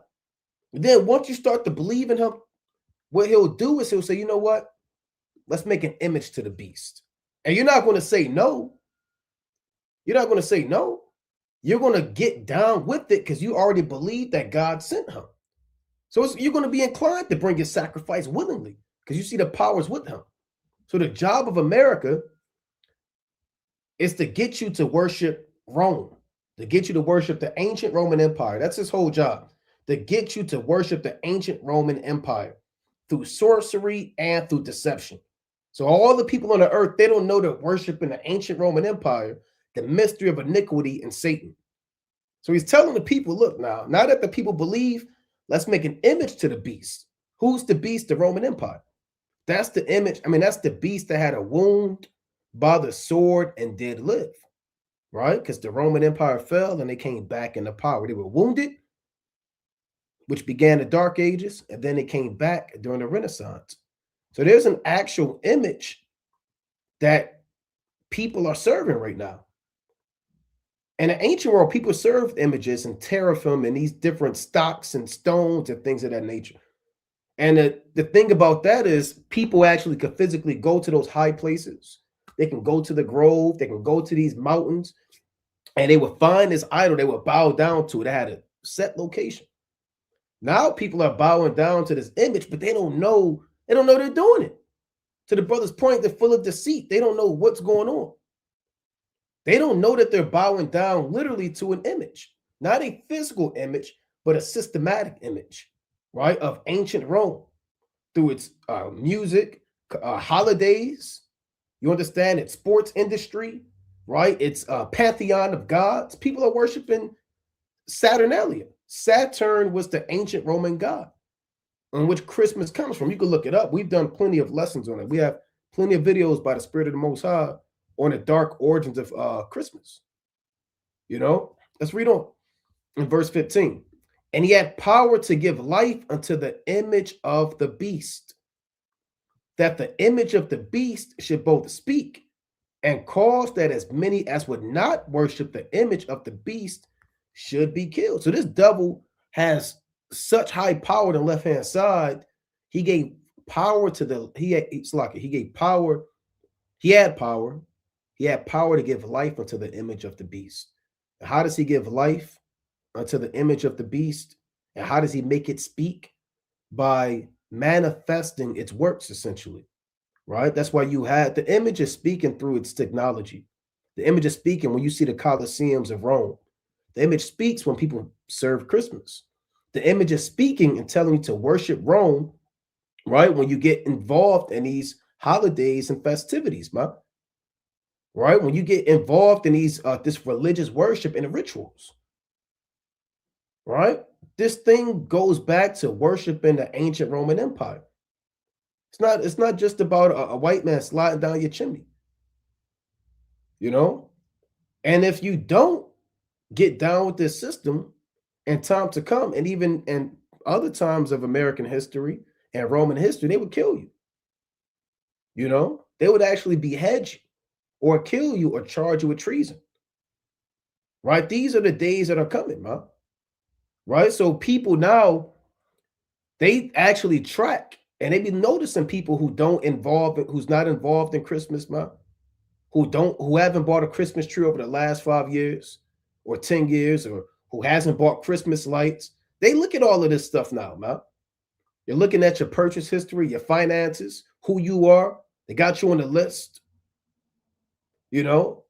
And a lot of people are finding that out. They say, well, look, you know what? I don't want to be caught out there on that list. Let me buy my Christmas tree. Let me show them I'm still part of this system. Let me buy my lights. Okay, look, you see, I'm still I'm worshiping the beast. See, I'm getting my food. And a lot of people are going to be caught out there, man. And we'll say this, man, they're watching. They're watching and seeing who's involved in this system and who's not. Right? What did you buy? Who are you? Are you online? Are you an Israelite? Do you identify as this? All these things that they're targeting us. You know, so this is going to ultimately lead to persecution. Right? But they're not going to really come after those who are in the world. The prophecy says in Revelation 12 and 17, they're going to make war against them that keep the commandments of God. So if you keep the commandments and you don't have any systematic history recently, you know, buying and coming into this and buying Christmas trees and, you know, buying Christmas candy and Mother's Day cards and stuff like that, then you're going to be put into a particular category, you know, and that category is going to be those that are brought in and questioned. Why don't you do this? What God do you serve? Who's the Most High? Who's Yahweh? Why haven't you bought this? And you're going to have to, you know, speak to these things, man, as they deliver us up. Let me get this in another one in Acts 16. Another quick precept, because here's another reason why when you really look at this, this is going to turn, this is what I want. Boy, man, Acts, it's like you're 17, right? This is, let's see, man, I have to find it. Where's greatest Diana of Ephesus? 19, that's 19. Salaki, let me get this quick precept. Greatest Diana of Ephesus. All right, this Acts chapter 19 and verse number, I'm going to start at, let's start at 24. Get straight to the point. For a certain man named Demetrius, a silversmith, which made silver shrines for Diana, brought no small gain unto the craftsmen. So they were making money by getting people to worship other gods. They made shrines and different arks and temples and silver vessels that went into bowing down to Diana of Ephesus, which was the top so-called god at that time. And they was making money. That's what it means they brought no small gain. They was bringing in a lot of money. And Christmas is, if I haven't done all of the research, but I'm led to believe it's probably the number one money maker, along with Mother's Day and Valentine's Day. It's the number one money maker, man. Right? It's probably top 3. And people, these heathen, make money on Christmas. Billions. Acts 19 and 25, whom he called together with the workmen of like occupation and said, sirs, ye know that by this craft we have our wealth. This is how we make money. When the Israelites, the so-called black man, Hispanic man, and Native American man are ignorant and they go out and spend money they don't have, like Amos said on Christmas, that's how we get paid.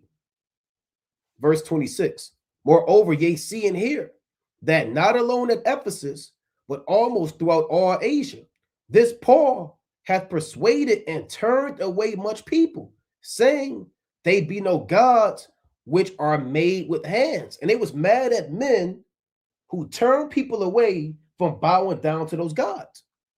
And they mad at us. They're going to be mad at the servants of the Most High because we're persuading many to turn away from false gods. Verse 27, so that not only this, our craft is in danger to be set at naught, because Christmas, this whole day can go bankrupt.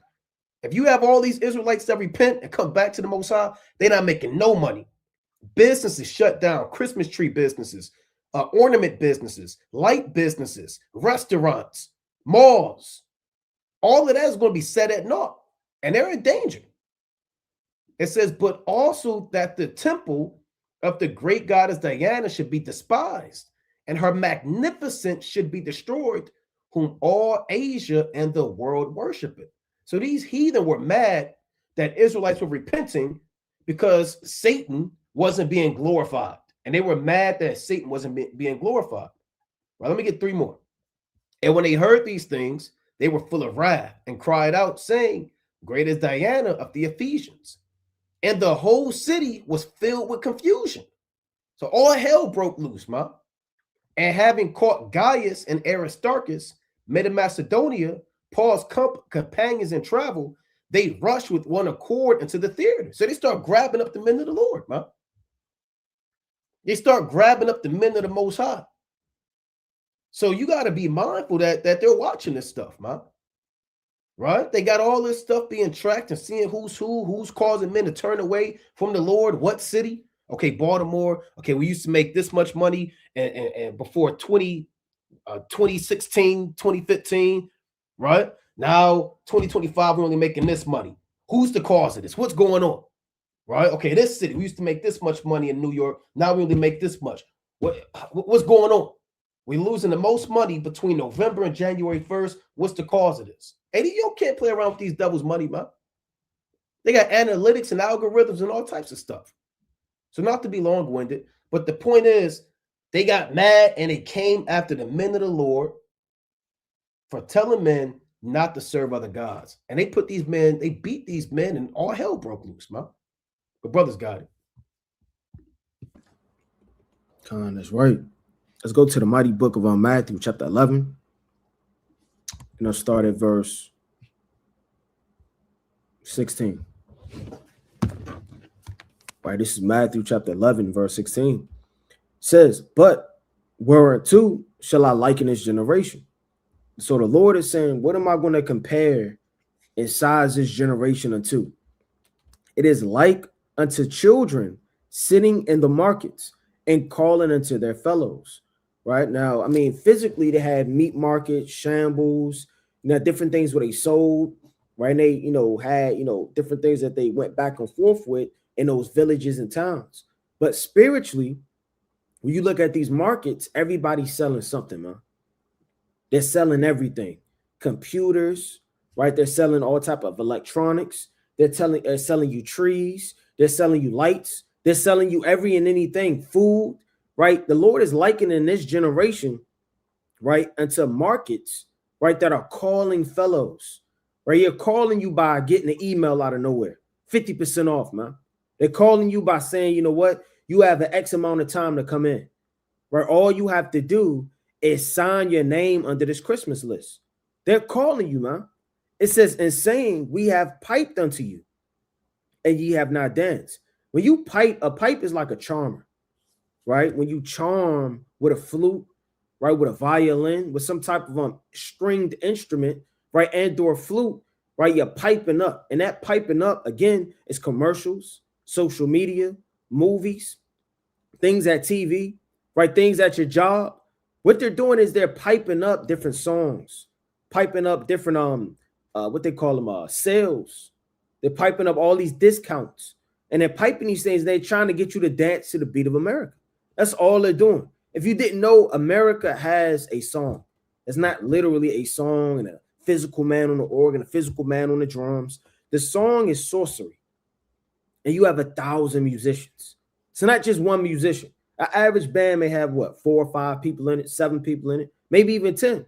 But America has millions and millions of instruments, man. 10-stringed instruments, ukuleles, guitars, electric, right, nylon, right, drum sets, bass. They have all type of instruments that are playing, and all they're saying is come to me, man. Come buy this. Take a look at that. It says, and ye have not danced, we have mourned unto you, and ye have not lamented. Now, see, the beat of this truth is lamentation. The beat of this truth is mourning. The beat of this truth is being sad in the house of mourning, so that we can rejoice and be in laughter in the latter end. But see, everybody's already laughing now. Everybody's already enjoying themselves, dancing, having fun, in the midst of mirth and enjoyment, and forgetting where they are. You can go to the mighty book of 1 Esdras, chapter 3. Right? 1 Esdras, chapter 3. And let's get the mighty. This whole thing is crazy. But I'm going to start at verse number 20. It says, it turneth also every thought into jollity. Now, the thing that it's talking about is wine. Now, again, that's physical, but it's also spiritual, more spiritual than anything. Wine is one of the very things you can drink that'll have you to relax, have you to be more talkative, have you to be more funny, more open, more liable to have a conversation that you wouldn't normally have. You know, wine relaxes you. It puts you in a state of comfortability. Now you're comfortable out of nowhere. You're in a room full of strangers, but you have a couple of drinks. Now you're loosening up, right? It turns your heart, meaning your mind, into jollity and joy and mirth, so that a man remembereth neither sorrow nor death. So you have the song of the truth, which is mourning, understanding that death is coming, man. Right? Noah didn't have time to be in mirth, man. He had time to build. He had a duty and a task, and he had a mission to complete. You don't have time to have too much laughter and joy. Now, the Most High did give you joy, right? Ecclesiastes 9:9, you have your wife, you have this truth. You can rejoice over the increase the Most High gives you, these feast days. There's things to be joyful over, but if your mind and spirit, again, is of this world and not in the spirit of the Most High, but the feast days he has, and the spirit he wants you to be in, then you're going off. For all you're doing is adapting yourself to this world, so that a man remembereth neither sorrow nor death. See, the depth in the spirit is you owe blood, man. You can't get in America and forget the debt that you owe to Yahushua. Yahushua died for your sins. His blood covers you, but you forgot that. You owe no debt. You free. Your mind is confused. You're not in sorrow, man. You don't understand you're in slavery. And it maketh every heart rich. What are you doing with a 70-year-old white man and y'all both dancing to the same song, man? What the hell do you have in common with him? What do you have in common with this old woman? Right now, y'all laugh, y'all taking pictures together. Come on. Let's get in this picture. You're 18 years old. You're 25 years old, and you creeping over to this picture with old men and old women, man. And make everybody be immersed. You could be the CEO. It don't matter what's going on. If that Christmas spirit, Halloween, New Year, if that spirit, that demonic entity is on you, everybody's all one, man. Their thought process is one. Their dance is one. They all like the same songs. See, you don't like old Edomite songs. But as soon as that season come around, that old white man, for my token soul. And he's sitting up there dancing in the room with him, man. You're going off. It says so. You just went off, man. It says so that a man remembereth neither sorrow nor death, and it maketh every heart rich. So that a man remembereth neither king nor governor, and it maketh to speak all things by talents. Brother Scott. God. Let's go to Revelations chapter 11 and verse number 7. Right, quick precept. But the world in this time, I'm talking about Israel, this is when they tend to forget that we're in trials and tribulations. Right? You're not worried about what happened to Ahmaud Arbery, George Floyd, Tamir Rice. All that goes out the window at the time of so-called Christmas. Right? I can't remember what they used to say. They'd be like, it's been so I'm out of date with it. I'm not even gonna try. But what they would say, it'd be something like joy to the world and everybody, something along those lines. Right? They still forget that we're still POWs, man, across enemy lines. Right? And they're still rejoicing at the downfall of our people every day. That we get closer to the end of this world. Right? This is Revelations 11 and 7. And when they shall finish their testimony, the beast that ascended out of the bottomless pit shall make war against them and shall overcome them and kill them. Right? So this is like the brothers going into Rome all over again. Right? Rome all over again. And how did Rome fall? Right? Rome fell from bread and circus excessive taxation, starting wars, and not having enough infantry to fight those wars. There's so many similarities to America and Rome. You wouldn't even be able to tell the difference, right? And their dead bodies shall lay in the street of the great city, which is spiritually called Sodom and Egypt, where also our Lord was crucified, right? So our bodies are laid out in this great city, right? We're not physically dead, but we're spiritually dead, right? We're spiritually separated from our power, right? We're spiritually separated from our law, statutes, and commandments. We're spiritually separated from everything that makes us the apple of the Lord's eye. And they of the people and kindreds and tongues and nations shall see their dead bodies 3 days and a half, and shall not suffer their dead bodies to be put in graves. And they that dwell upon the earth shall rejoice over them, and make merry, and shall send gifts one to another, because these two prophets tormented them that dwelt on the earth. Right? So while we're caught up in this foolish Christmas spirit, right, the nations are sending gifts one to another, right, turning up, right, rubbing their hands together, talking about let's put out another rapper rapping about killing his own kind. Right, let's put out another rapper talking about selling drugs to his own people. I'm not sure if brothers seen it. They started a trend talking about F the streets. Yeah, I saw that. Right, and you got people battling on one side saying, "Nah, don't say that now." You got people on the other side saying, "About time that people are speaking up for righteousness." Right, it's a divide, man. That's our bodies not being put in the graves. Right, we just laid out spiritually dead. Right, any trending topic is huge in our community, which is nothing to anybody else. You don't see Esau arguing about stuff that we argue about.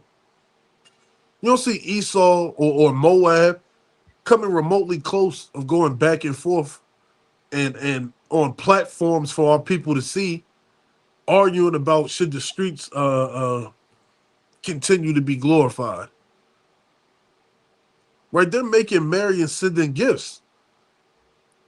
And our people don't even stop to think that we were once the gifts that were being sent on so-called Christmas. Right? It's so much confusion and whirlwind of doctrines going around. Even Israel is starting to get confused. I seen people questioning the name of the Most High. Right, Barakatah.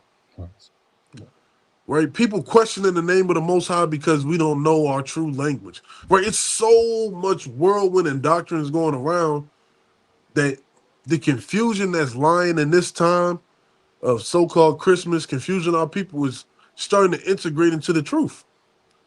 Right, we have to be steadfast. Right, we got to stand up for something in unison, and that's Yahweh B'Shem Yahushai. That we're trying to come out of Babylon the Great unscathed so that we can vex our enemies and rule over those who oppressed us. That's when our real joy and mirth will come, when we can send to other nations as gifts. Right, damn these tangible things that break after a month of using them. Right, I want servants who are going to break down rocks into smaller rocks for my floor. Right, fill up my pools with fresh water and carry it miles upon miles. Right, these are the things that we should be thinking about motivating us.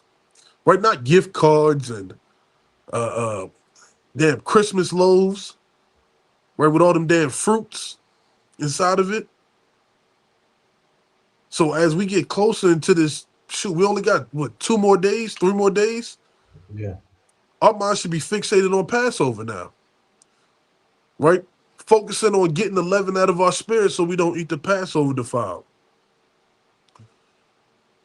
Right? That's the counteractive to this wicked hell holish days. Right? Getting your mind ready for the next high holy day. Right? But you got it, King. Yeah, that's right, man. I'm gonna just get one quick precept, man. And I'm gonna get the classic, right? I'm gonna just get the classic. Right. This is classic in Revelation chapter 18, and I'm gonna read 1 through 4. It reads, "And after these things I saw another angel come down from heaven, having great power, and the earth was lightened with his glory.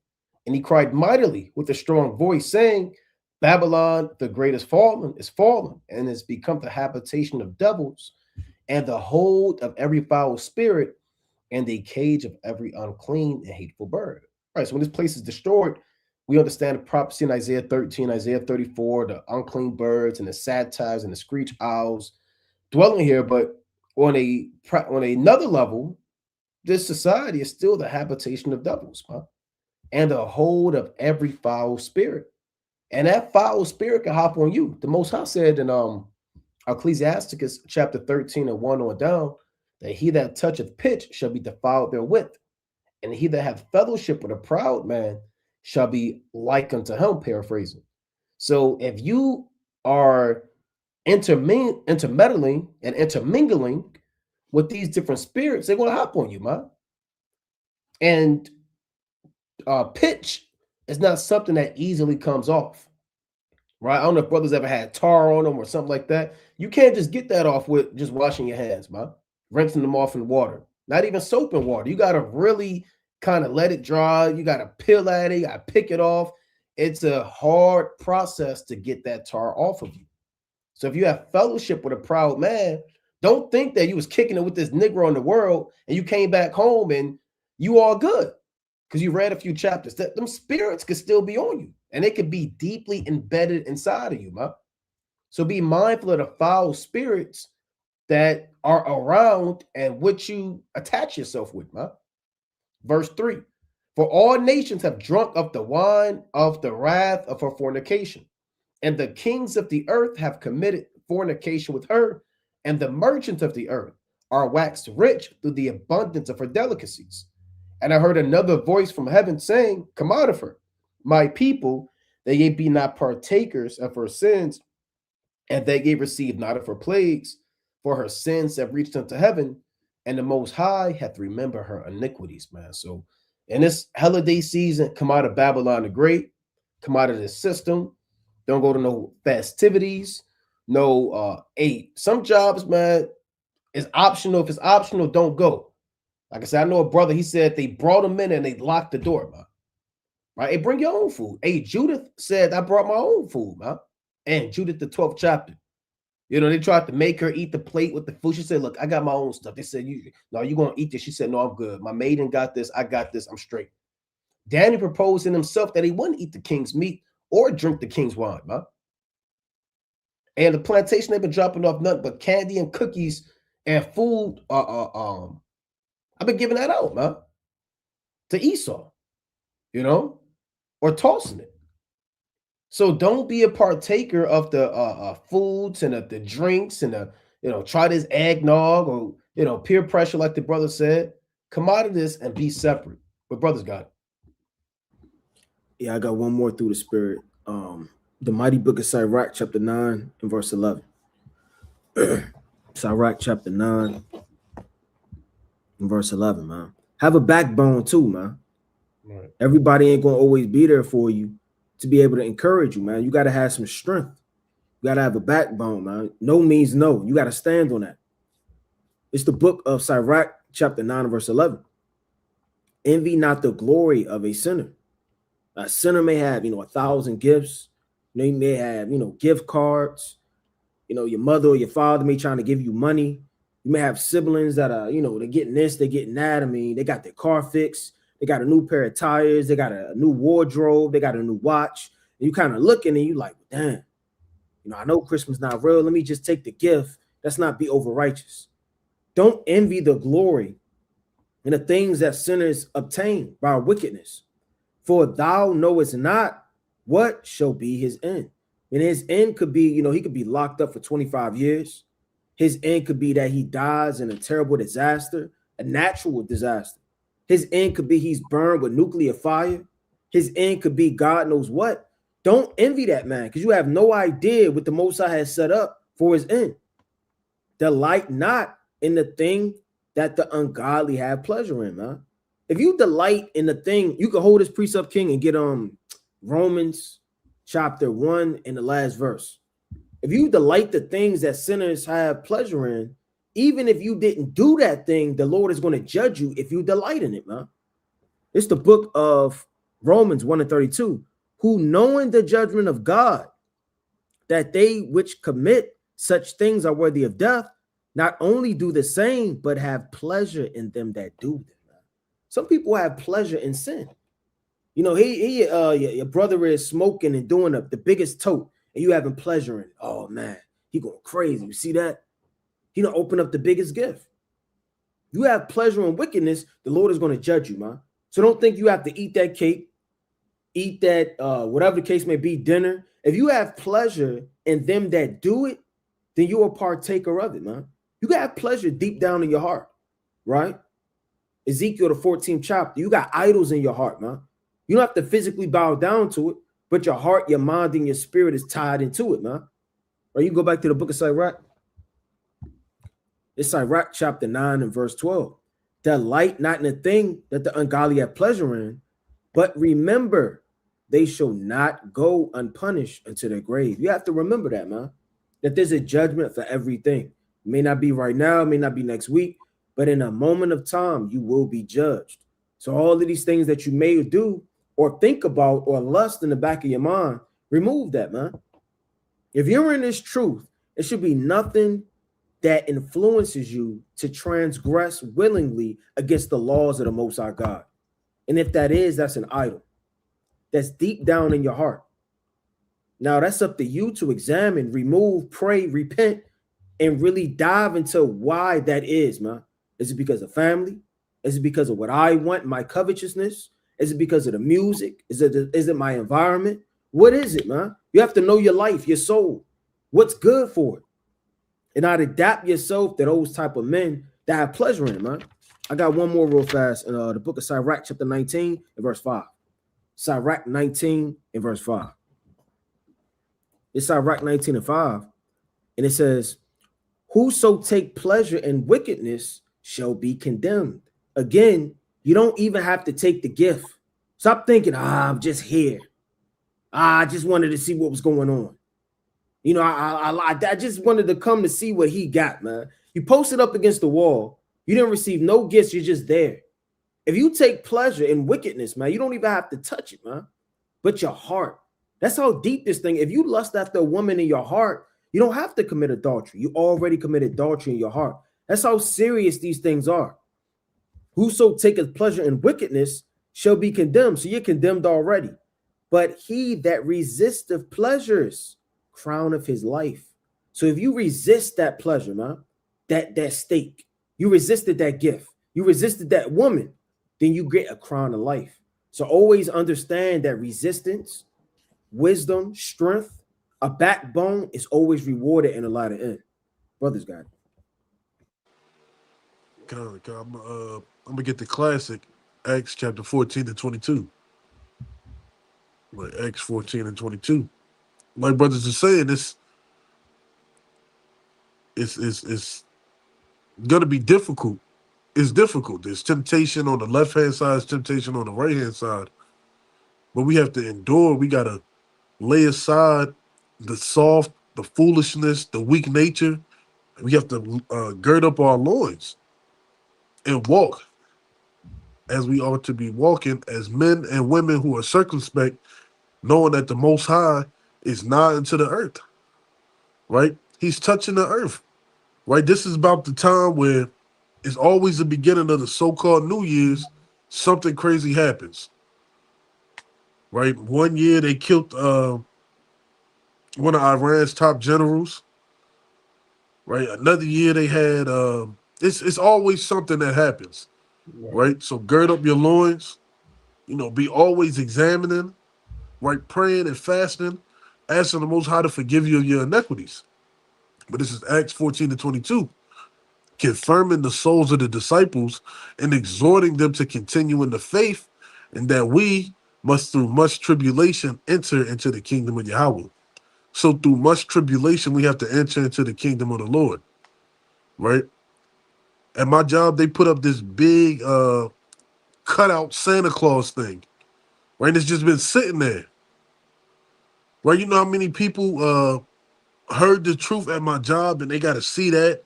So now they're being conflicted. They're getting tossed to and fro, getting pulled from side to side. Right? It's snares and traps everywhere laid for the men of the Lord. Right? Snares and traps everywhere laid for your family. And as you being the priest, the overseer, right, the king, you have to foresee all these things and pull them out of the fire. Right? And first and foremost, to pull them out of the fire, you got to pull yourself out of it. So you have to get into this kingdom through much tribulation. Right? We can close out, Kings. I'm gonna get Revelation. All right, let me get Revelation chapter 22 and 12. And behold, I come quickly, and my reward is with me to give every man according as his work shall be, man. So it's a lot of spirits. Most High willing, this lesson provide some practical knowledge for brothers as they go about handling it with their family, plantations, amongst yourself, your household, regarding your children. Around this season, man, there's always spirits going to and fro. Make sure brothers understand that Yahweh Bashmir Shai, he's watching everything, right? The Lord said the eyes of the Lord are 10,000 times brighter than the sun, beholding all the ways of men and considering the most secret parts. So make sure brothers understand when Yahweh Shai returns, all things that we have done are going to be weighed in the balance. Brothers got it. God, that's it on that. Come. Let's go to 2nd Esdras 16 and 74. All right, the 2nd Esdras chapter 16 and verse 74. Hear, O ye my beloved, saith the Lord, behold, the days of trouble are at hand, but I will deliver you from the same. Be ye not afraid, neither doubt, for Yahweh is your guide, and a guide of them who keep my commandments and precepts, saith the Lord Yahweh. Let not your sins weigh you down, and let not your iniquities lift up themselves. Right? So the days of trouble are at hand. We're starting to see things ramp up. Right? Donald Trump talking his talk. Right? We're going to see how far it goes, but eventually the talk is going to turn to action. But Yahweh Bashem Yahushua is not nigh, nor is his words going to return back to him void, that he should lie. Right? He's going to be a guide unto them who keep his commandments, and let not your sins and your iniquities lift up themselves. Right? We're all going to fall short. We all got things we got to work on, but you can't let your sins outweigh your righteousness. Right? Verse 77. Woe be unto them that are bound with their sins and covered with their iniquities, like as a field is covered over with bushes, and the path thereof covered with thorns, that no man may travel through. It is left undressed and cast into the fire to be consumed therewith. So, like Orion was saying, if you can't shake those idols that are in your heart, right, you're nothing more than a field with dried up shrubble and bushes that's ready to be burnt up. Right? So put up a good fight and endure to the end. Come. With that, we're going to close up, giving, of course, our honor and glory to Yahweh, by Shema Mashiach Malaki Bashad. Also, I want to use edified, Brother Naquam. Shalom, Brother Wright. Shalom, Brother Amos. Kwam Yashala. Shalom.